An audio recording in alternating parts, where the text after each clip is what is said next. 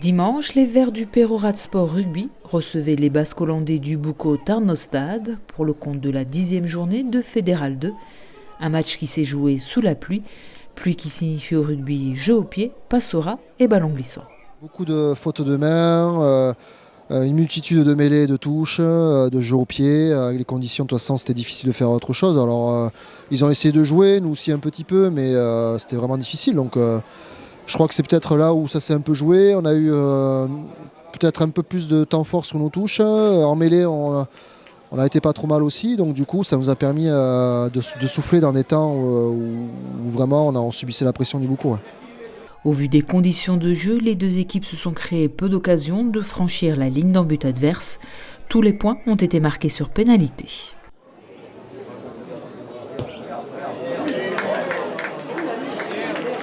Peroraden a inscrit 2 pénalités en première mi-temps contre une pour le BTS. Même chose en seconde période. Score 12-6 à la fin du match.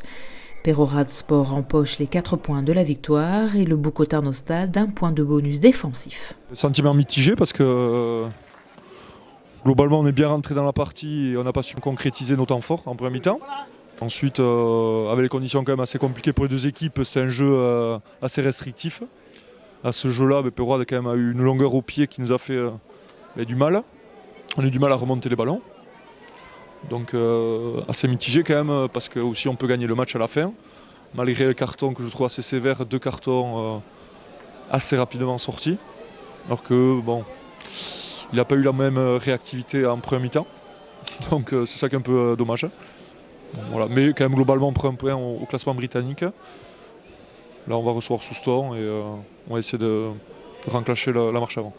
Soulagement parce que Bucco est une très belle équipe, on le savait, on l'a encore vu aujourd'hui, une équipe qui est bien placée, qui fait un très bon début de championnat, qui se déplace très bien parce qu'ils ont gagné je crois déjà 3 fois à l'extérieur, donc on n'était pas totalement serein, mais malgré tout on ressort de la victoire. Donc, puis ça nous permet de toujours être dans les quatuors de tête, parce que finalement si on perdait aujourd'hui, on basculait à la 6e, 7e place parce qu'au Britannique on n'est pas si bien que ça. Et là, en gagnant aujourd'hui, voilà, ça nous permet de souffler un peu plus, d'aborder les 2 déplacements, parce que là, on se déplace à Florac et à Lormont, de les aborder avec un peu moins de pression sur les épaules. Donc, oui, voilà, on va essayer de conclure là, cette phase aller avec 2 déplacements chez des gros, encore une fois, des équipes qui sont complètes et qui sont physiques, mais voilà, on y va avec pas trop de pression et c'est peut-être quelque chose qui peut nous sourire, quoi.